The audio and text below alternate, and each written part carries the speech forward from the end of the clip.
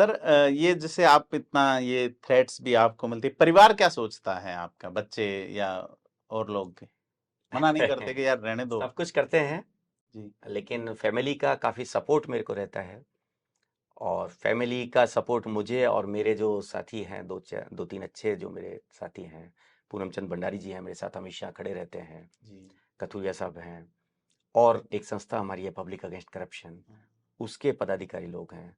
वो हमेशा हमारी एक आवाज़ पर खड़े रहते हैं। जी। तो इससे सभी को बहुत हिम्मत मिलती है और हम लोग कंटिन्यू कर पा रहे हैं। बहुत बढ़िया है। तो क्या आपका क्या रहता है, किस तरह से आप उजागर करते हैं, आरटीआई या? Total RTI. जी। अभी तक ये जो खुद डिस्क्लोज करते हैं अलग अलग अथॉरिटीज़ के सामने कि मैं इनको परेशान करता हूँ, तो ये शायद 350 आरटीआई मेरी दिखाते हैं कि ये इतनी आरटीआई लगाते हैं। और शायद ये इतनी आरटीआई है तभी 3.5-4 हज़ार करोड़ के घोटाले सामने आ पाए, जी। क्योंकि काफ़ी सारी आरटीआई को ये। क्योंकि आरटीआई एक्टिविस्ट थोड़े ऐसा लगने लग गया, थोड़ा एलिगेशन के आरटीआई लगा जी के जी, पीच करना और देखिए हर एक्ट का दुरुपयोग होता है। जी। अब ये आपके ऊपर है कि आप उसका सदुपयोग कर पाते हैं, दुरुपयोग कर पाते हैं। और मुझे खुशी है कि आज तक मेरे ऊपर किसी भी तरीके का कोई एलिगेशन किसी भी कोर्ट, किसी पुलिस स्टेशन, किसी अथॉरिटी में नहीं लगा। और अगर कोई लगाएगा तो शायद वो मेरे काम का लास्ट डे होगा, अगर मैं एलिगेशन लगवा पाया। नहीं, एलिगेशन तो लगा देंगे, लेकिन साबित होने वाली बात के नहीं, लिए। एलिगेशन भी नहीं लगा सकते। एलिगेशन के लिए भी कोई इनको प्रूफ चाहिए होता है। जी। एलिगेशन वैसे नहीं लगा सकते, और लगाएंगे तो फिर विद प्रूफ लगाएंगे तो आप काम छोड़ देंगे, मतलब ये बिल्कुल मैं छोड़ दूंगा। वो मेरे काम का किरोड़ीलाल मीणा लास्ट। जी से क्या उम्मीदें हैं सर, उनके पास आप, मतलब वो इस मामले को उठा रहे हैं? देखिए, मैं तो बचपन से उनको जानता आया हूँ, हालांकि मुलाकात मेरी बहुत पहले नहीं हुई थी। बहुत जुझारू लीडर हैं, और काफ़ी इंटरेस्ट लेके इन चीज़ों में काम कर रहे हैं। मुझे उम्मीद है कि इन चीज़ों को वो अंजाम दे पाएंगे। काफ़ी मेहनत करते हैं, मैंने उनको देखा, काफ़ी फैक्ट्स उनके पास थे, कुछ मेरे पास थे। उन्होंने मेरे पास बैठ के बहुत टाइम देकर उसको गंभीरता समझा, से समझा बहुत उसको। गंभीरता से समझा, एक एक पेपर को उन्होंने देखा, और उनको अपने हिसाब से उन्होंने ड्राफ्ट करवाया कि नहीं, इसमें ये गलत हो जाएगा, इसको ऐसे ठीक करना है। जी।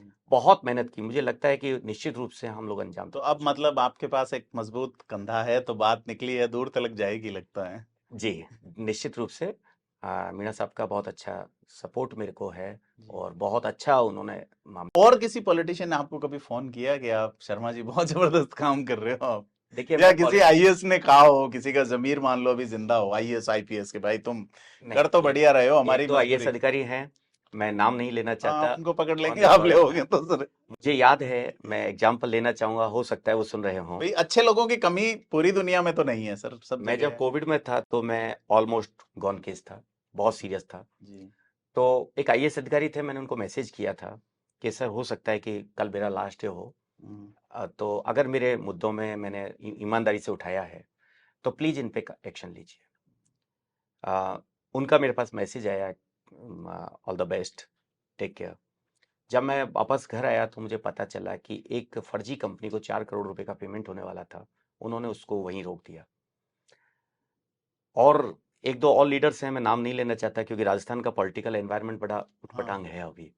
मीणा साहब के साथ तो फोटो आ गई, हम्म। तो इसलिए मैं बता रहा हूँ, बाकी का मैं नाम नहीं लेना चाहता। जी। लेकिन हाँ, कई सारे अच्छे नेता हैं, लीडर्स हैं, कई सारे ऑफिसर्स हैं जो मुझे बहुत लाइक करते हैं, मेरी कामों को अप्रिशिएट करते हैं, और जब आवश्यकता होती है तो मुझे सपोर्ट भी करते हैं। जी।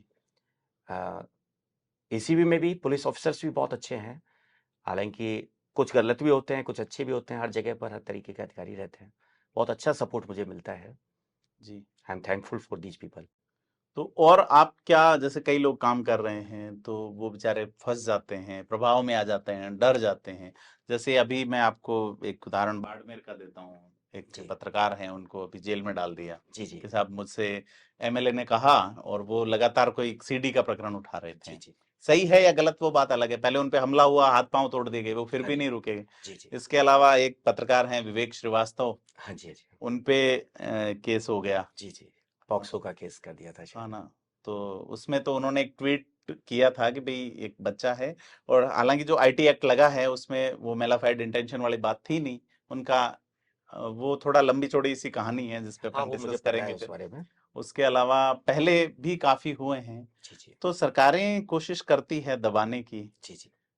आपने देखा होगा एक आरटीआई एक्टिविस्ट थे बीकानेर के कोई, हाँ तो उनको भी काफी हम गए परेशानी। थे, हमने उनको भी फाइनेंशियल हेल्प की थी उस वक्त। जी देखिए हमारा सीधा सा है कि एक गलती का मौका नहीं देना है।